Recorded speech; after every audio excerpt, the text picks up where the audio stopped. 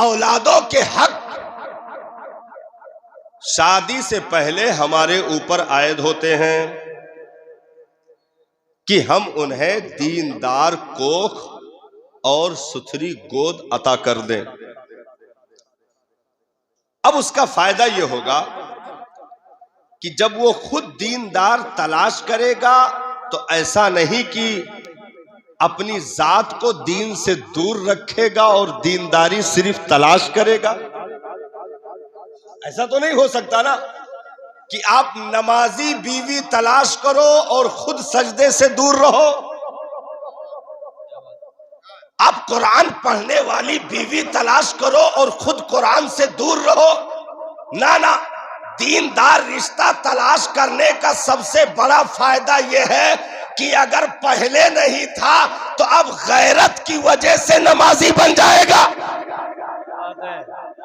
भाई अगर तुमने शर्त लगाई कि तेरी बेटी का निकाह उसी वक्त होगा जब वो 5 वक्ता नमाजी होगी, तेरी बेटी से शादी उसी वक्त करूंगा जब कुरान की कारी होगी, तेरी बेटी से शादी उसी वक्त होगी जब शरीयत के कानून को फॉलो करने वाली होगी, तो अगर शर्त लगाया है तो पहले खुद शर्त पर अमल करने की जरूरत पड़ेगी। तो पता ये चला कि भरी जवानी में उसे दीन का तोहफा मिल जाएगा और नबी का वो इरशाद मुकम्मल होगा कि तुम अपनी भरी जवानियों में बूढ़ों का किरदार अपना लो, मस्जिद के कबूतर बन जाओ, तो तुम्हारी दीनदारी की वजह से रीढ़ की हड्डियों में मौजूद नस्लें ऐसे ताकतवर होगी कि जब वो दुनिया में आंखें खोलेगी तो दुनियादार नहीं होगी, बल्कि उनको रब अक्सर को वली बना देगा। अल्लाह सुभान अल्लाह।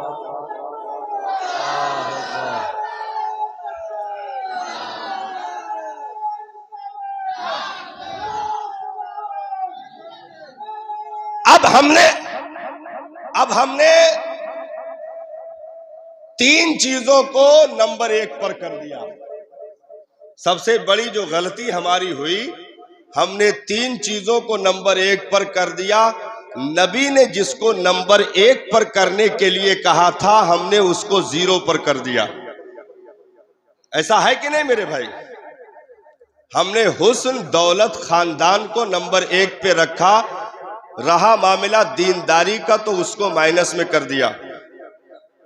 जितने भी हाजिर हैं रिश्ते देखने वाले, जाने के लिए इसमें अक्सर जाते हैं, रिश्ता देखते हैं, लेकिन देखने में किस चीज का गौर करते हैं मालूम है? 3 लड़के हैं तो उसमें कौन दुबई जाता है, दुकान है तो मार्केट में अपनी निजी है कि नहीं है, और अगर 4-5 लोग रिश्ता देखने के लिए साथ गए तो उनको जाने से पहले ही ट्रेंड किया जाता है, बिरयानी चक्कर में ना पड़े, वह देखे के लिए जात हो, देखे रहो पलस्तर वलस्तर सही है कि नहीं। उनको पहले सिखा के ले जाया जाता है। अब वो जाते हैं तो घर बार तो छोड़ो, पैर साफ करने वाला पायदान तक देखते हैं कि पुराना डाला है कि नया।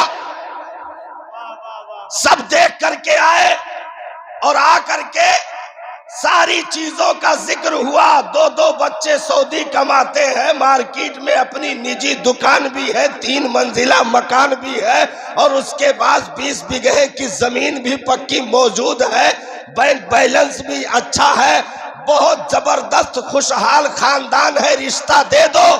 एक मर्तबा भी मुड़ करके नहीं पूछा कि तेरी बेटी कितनी कुरान की सूरतों को जबानी याद किए हुए है, फराइज याद है कि नहीं, मुस्तहिब्बात याद है कि नहीं, उसे पाकी नापाकी की तमीज है कि नहीं, वजू गुस्ल का की जो है उसे तमीज है कि नहीं, फराइज व वाजिबात उसे याद है कि नहीं, वो कुरान पढ़ती है कि नहीं, नमाज की पाबंदी करती है कि नहीं। हमने पूछा तक नहीं, सिर्फ बिल्डिंगों को देख करके रिश्ते दे दिए। और उसमें यह भी होता है कि रिश्ते जितने कमजोर होते जाते हैं दीनी एतबार से, तो उन पर बड़ा इनाम रखा जाता है, बड़ा इनाम रखा जाएगा। और बड़ा इनाम रखने की सबसे बड़ी वजह ये होती है कि प्रोडक्ट में जब कमजोरी आती है तभी इनाम रखे जाते हैं। जुमला है भाई, जुमला है, वाह वाह वाह। है कि नहीं? इनाम तभी रखे जाते हैं। आज तक आपने नहीं सुना होगा कि पैनासोनिक कंपनी ने इनाम रखा है कि एक टेप रिकॉर्ड खरीदो तो दूसरा फ्री। सैमसंग ने इनाम रखा है कि एक मोबाइल लो तो दूसरा फ्री। ना, क्योंकि जिनके प्रोडक्ट तगड़े होते हैं वो इनाम के भरोसे पर सौदा नहीं करते हैं। जिनके प्रोडक्ट में कमजोरी होती है वो इनाम रखते हैं। तो अगर 4 व्हीलर का इनाम रखा है तो समझ लो बेटी भंगार मौजूद है। 4 व्हीलर का इनाम रखा, देखने वाले ने सिर्फ 4 पहिया देखा, मॉडल देखा, उसके रेट देखे, उसके जो है अभी नई लॉन्च हुई है इस पर गौर किया। एक लफ्ज भी बेटी के लिए उसने गौर नहीं किया कि ये जींस टी शर्ट पहनकर अपनी हया की चादरों को मार्केट में बेचने वाली है। ये कॉलेजों के गेट पर खड़े होकर के अपनी आबरू का सौदा करने वाली है। 10 लड़के इसके व्हाट्सएप पर फ्रेंड बने हुए हैं, दोस्त बने हुए हैं। जब ऐसी छछुंदर बहू लेकर आओगे तो वली नहीं आतंकवादी पैदा होगे।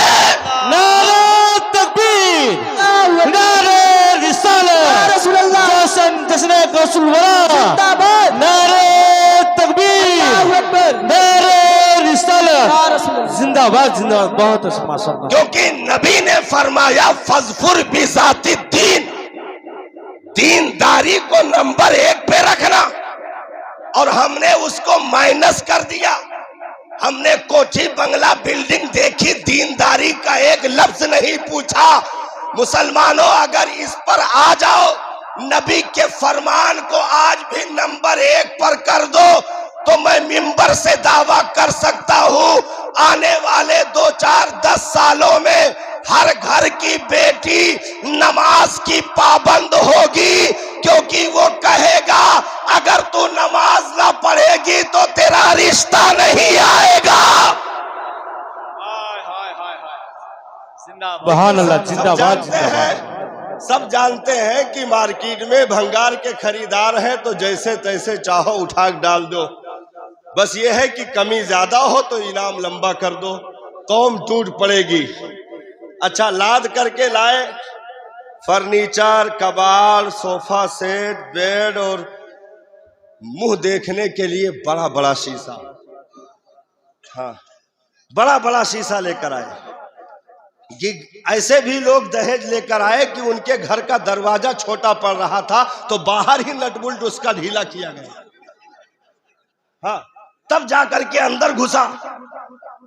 कितनी देर चला, मैंने दावा किया रात के एक जलसे में। मैंने कहा कि हाथ उठाकर कोई बताओ आज तक ससुराल के धन से कोई टाटा बिरला अनिल अंबानी बना हो तो बताओ।